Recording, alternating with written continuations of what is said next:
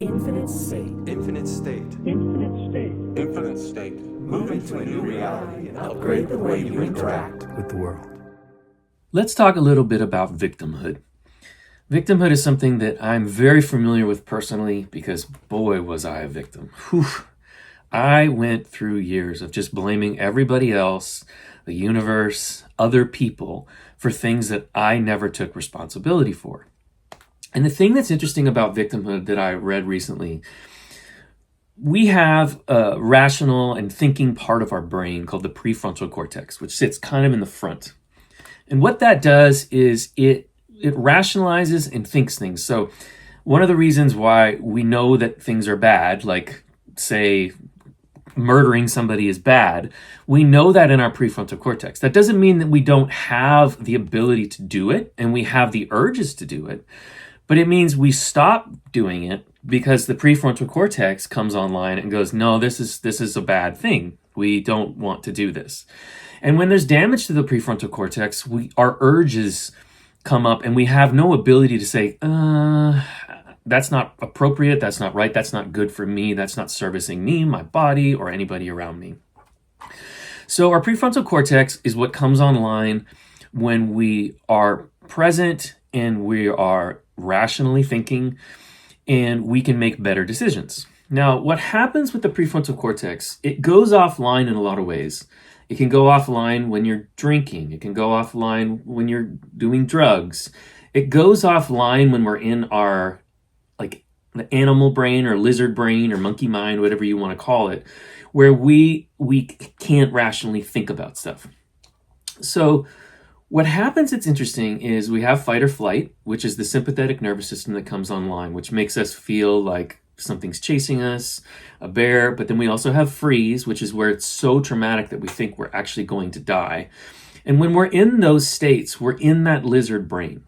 We're in that brain where we can't rationally think about something, where we can't look at something and our intuition's offline and everything that we're seeing, we're doing it from an old archaic part of our brain. So the interesting thing about victimhood is when you are in the world or you're looking at politics or you're looking at your job, your boss, your spouse, any of these things, if you're being triggered like that you're the victim of this person doing this thing to you, then your prefrontal cortex goes offline and you can't rationally hear the words or see the things or understand where this person's coming from because you're not present and you're not able to better understand the situation. Like ask questions as to why they're saying that to you, like separate yourself. One of the really great things I remember hearing John Mayer say, and I've said this before, is one of the greatest things you can do as a human being, if you could do it, would be to separate from yourself for 24 hours and just watch how you act in the world. Man, that would tell a lot. And if you could just look at yourself objectively, as in looking at it, and instead of subjectively, it's saying outward, where you're like, oh, they can't believe they did that to me. Where instead of going, well, why did they do that to me? That's weird. And maybe ask questions and say, well, what did you mean by that? Instead of taking it so personal and feeling like it's against you, go, well, I don't feel that way about myself. Maybe you can explain better as to why you feel like I'm acting that way. And to me, that's such a powerful tool to be present and be more mindful and be in the moment to understand that, okay, I'm offline. I'm noticing now that I'm a victim. And the best way to overcome victimhood, there's many ways, but through meditation, of course, where you can then get your, what I call the mindfulness muscle to be stronger, where instead of reacting to something, you take a moment and pause and ask questions like, well, why is it that way? But one of the really great ways to do it is awareness. And that really is what the mindfulness muscle does, is it makes us more aware of what's happening around us, and it makes us really aware of our reactions. And the only way that we can change a behavior is to first become aware of it. And when we're aware of ourselves being victims, we can say, oh man, I took that really personal, and oh man. And you'll oftentimes, you can find yourself sitting there and with a spouse or whatever, and you're just complaining about how somebody treated you. But then if you step back and go, wow, why am I complaining so much about what they did to me? maybe there's something in there that I need to look at as far as, well, why did they do that to me? And that's the only way to do that is to get out of fight or flight. And we do that with meditation, growing our presence and our awareness. And then once we get into the awareness phase of this victimhood, then we stop taking things so personal and we start looking at the world and going, wow, that's interesting that that happened to me. I wonder why that happened. And a lot of the times we can move into a place of not suffering, but in a place of questioning and understanding like, wow, if that person said that to me or did that thing to me, maybe there's something I can learn there. It made me feel weird, made me feel funny. Maybe I need to understand why it happened. And then when you get into that space, you finally can feel the love and the forgiveness for somebody that may have done you wrong or may have hurt you or said something or did something to you that made you feel really horrible.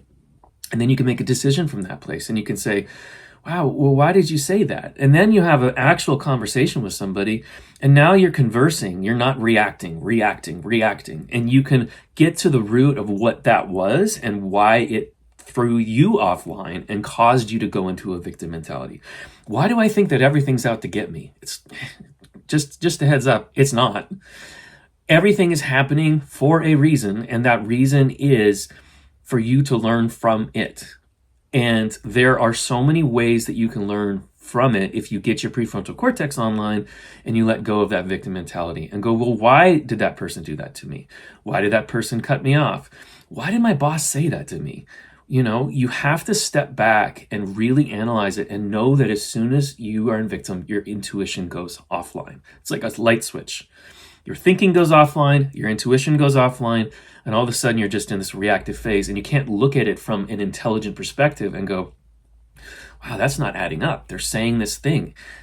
Man, they're gaslighting me. They're saying this thing, but they're acting this way. And you don't have the ability to understand that they're lying and they're telling you one thing but doing something else because your prefrontal cortex is offline. And I think right now in this world, one of the main things that is being bandied about is this sense of victimhood. And that gets us nowhere. Victimhood gets us nowhere because it doesn't mean we're allowed to think. It means we're not allowed to be intuitive. And it means that we're not allowed to make choices from a more mindful place and a more emotionally intelligent place. So meditation is wonderful. And the next thing I would say is really start to get yourself aware of where you're starting to feel like the victim. And when you're getting reactive, when you get into that fight or flight zone and you're reacting and you're not asking questions about yourself, about what's happening in that moment, because that's when you're going to be able to calm that brain and calm that mind and allow that dimmer switch to come on for your prefrontal cortex and your intuition and go, what's happening here? This is interesting. Let me look at that. As opposed to, can you believe they did that to me?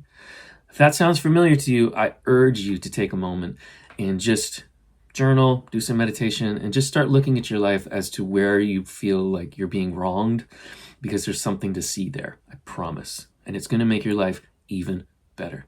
Peace and love. Tyler Summers here. If you enjoyed that podcast or the content of that podcast, I would love it if you went to infinitestateapp.com. I've developed an app with powerful tools that took me from this guy with an oversized ego, depressed, victim, anxious, fearful, jealous, envious, reactive, pessimistic. I was an addict, to this guy. Unconditional love, loving others, feeling light, hopeful, joyful, energetic, purposeful, more emotionally intelligent, and learning from what the universe offers instead of being a victim. www.infinitestateapp. You'll be able to download for free this powerful tool, always free. And if you want, there's a premium subscription that gets you access to 170 plus meditations, 2+ hours of course content, and over 300 journal prompts, all to help you sleep better, relax, feel less anxious, less procrastination in your life, be more productive, have emotional release, trauma healing, addiction healing, and manifestation. And my favorite, emotional intelligence. So head to www.infinitestateapp.com and grow your mindfulness muscle with all of these powerful tools. Peace and love.